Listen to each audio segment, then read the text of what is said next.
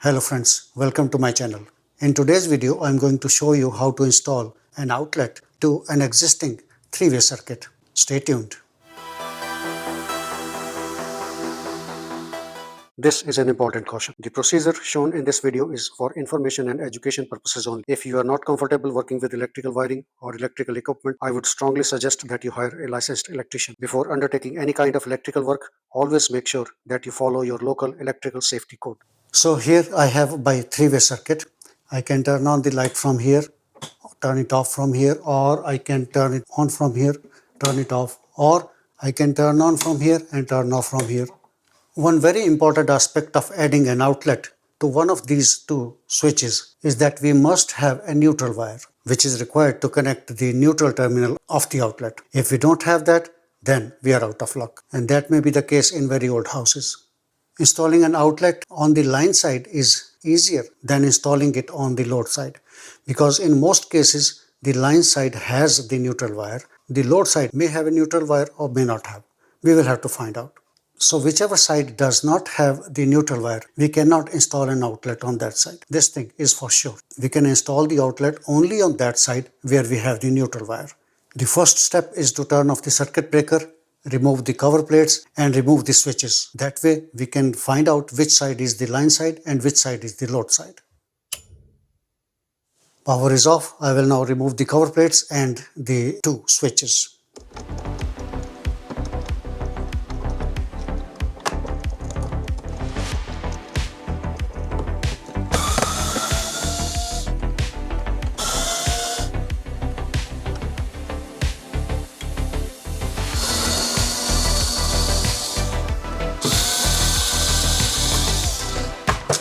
The switches are out. With my Klein Tools touchless voltage tester, I will make sure one more time that there's really no power in any of the wires.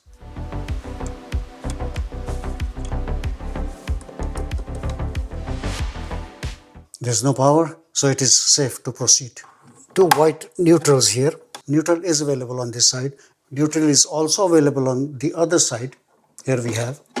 Now, just because neutral is available on this side as well as on this side, this does not mean that I can install an outlet on any of these two sides. There's a catch. What is that?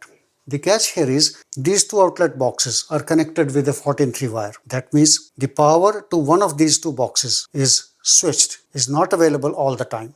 Power or line is available only on that side which is directly connected to the line coming from the circuit breaker. Earlier, I made 3 different videos on wiring three-way switches in 3 different ways. You might want to check them out. I will provide the link in the description below. So this is the simplest form of a three-way circuit, where a 14-2 wire brings in power to the switch box. From the first switch box, a 14-3 wire takes the power to the other switch box. From this switch box, another 14-2 wire is connected to the light here. So we cannot install an outlet on this side because the power to this box is switched. Sometimes it's available, sometimes it's not. In an existing installation, you will have to remove the switch, remove the outlet box and replace it with a 2-gang outlet box. And of course, you will have to cut the drywall a little.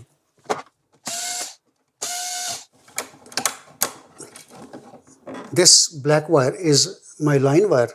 I will wrap a little white tape on it to make sure I don't make a mistake. I don't mistake it as a traveler wire. So here I have a 2-gang outlet box. This is the 14-2 wire bringing in power from the circuit breaker.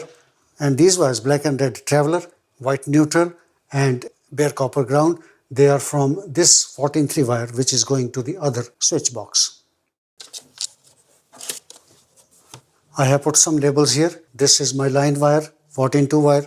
This is my traveler wire, 14-3, going to the other switch box. This is my load wire, again 14-2 wire.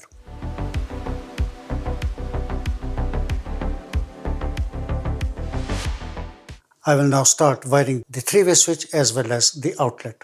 First of all, because I'm using a metal box, I will ground it using a small pigtail. For the connections, I'll take care of the grounds first.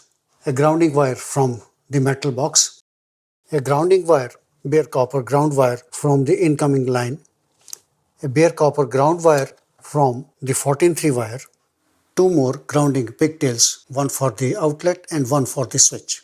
I will use a 5-pin Wago lever nut connector to connect all the ground wires. Ground from the box, ground from the incoming line, ground from the 14-3 wire, one grounding pigtail for the switch and another grounding pigtail for the outlet. So I'll keep these two outside and push all these wires back into the box.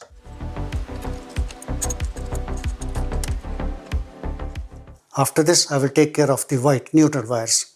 This white neutral is from the incoming line. This white neutral is from the 14-3 wire going to the next switch box, and I will use a small pigtail to connect the outlet. The switch does not need a neutral connection. Again, I will use a 3-pin Wago lever nut connector to connect all white neutral wires. White neutral from incoming power, white neutral from the 14-3 wire, and one white neutral that I will make a pigtail connecting to the outlet. I'll keep this out and push all other wires inside the box. Next, I will use a 3-pin Wago lever nut connector and 2 black pigtails so that I can connect the line to the switch as well as to the outlet.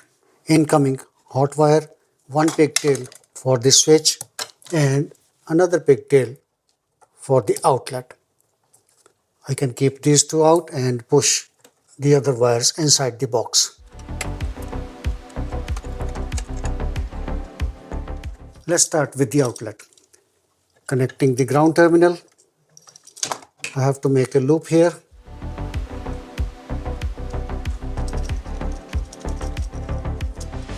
White neutral is connected to one of these two silver terminals.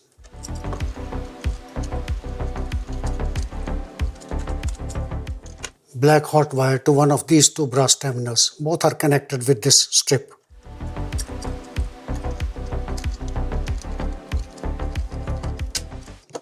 Next, I will connect the 3-way switch again. This is the top side.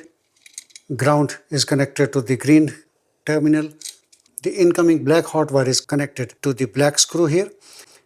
There are 2 brass screws, one on this side and one on this side. The 2 traveler wires, black and red, they are connected to these 2 brass screws, one on this side, one on this side. I will keep the red on this side as I have it in this switch, and I will keep the black traveler on this side. This is my incoming power.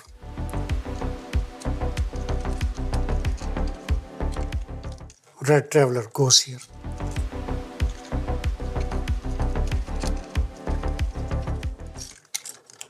Should have connected the ground first. The black traveler wire. Now that my connections are done, let's take another look at how I connected all the wires. First of all, I did not make any change to this 3-way switch. This is the load side. I don't have a hot wire in this side which is always hot. Although I have a white neutral, but the hot wire is not always hot. I did not have an option to install an outlet here. Obviously, I had to install the outlet on this side because white neutral is available as well as a hot wire is available which is always hot. To connect this outlet, I just tapped into the 14-2 line wire using Wago lever nut connectors to make connections to the brass terminal here, which is the hot side, and the silver terminal here, which is the neutral side. On the switch side, I did not make any change to the red traveler wire. It is connected as is, and the black traveler wire which is on this side, it is also connected as is, no changes. But this black hot wire is now coming from a Wago lever nut connector. This is now a pigtail. Instead of the black wire coming directly to this black terminal, it is coming through a Wago lever nut connector. I will now push these wires inside the boxes and tighten the screws.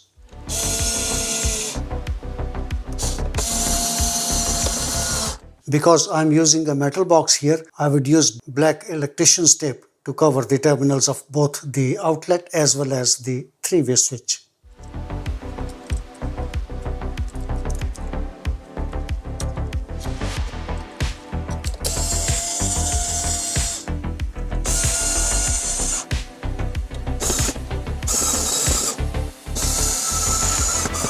Next, I will turn on the circuit breaker and check whether everything is working as desired or not. And this is to be done before I install the cover plates.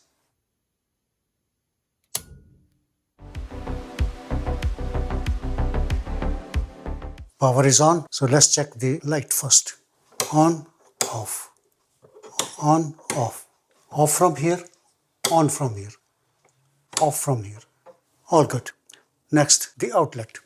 My wonderful Sperry GFCI outlet tester. All good. All good. These two lights indicate that the wiring is correct. The connections are good. A very important point here. We have to make sure that the outlet remains on even if the light is turned off. Why? If you install the outlet on this side, it will be a switched outlet, not always hot. We installed it on the line side, so it should always be on, always be hot. It is still on. Good. Still on. Still working good. So that's all good. This is what I told you in the beginning. If you install the outlet on the load side and the line is intermittent, then the outlet will become unpredictable.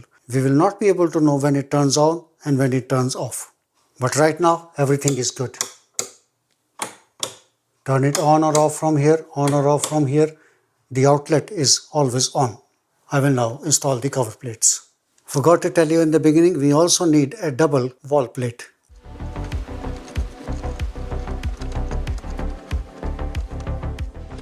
There you go. You have successfully installed an outlet on a 3-way light switch circuit. This project is complete now. I hope the information I have given in this video is helpful. Before you go, don't forget to hit that like button and subscribe to the channel. There are many other DIY videos on my channel. I'll see you next time. Until then, please take care.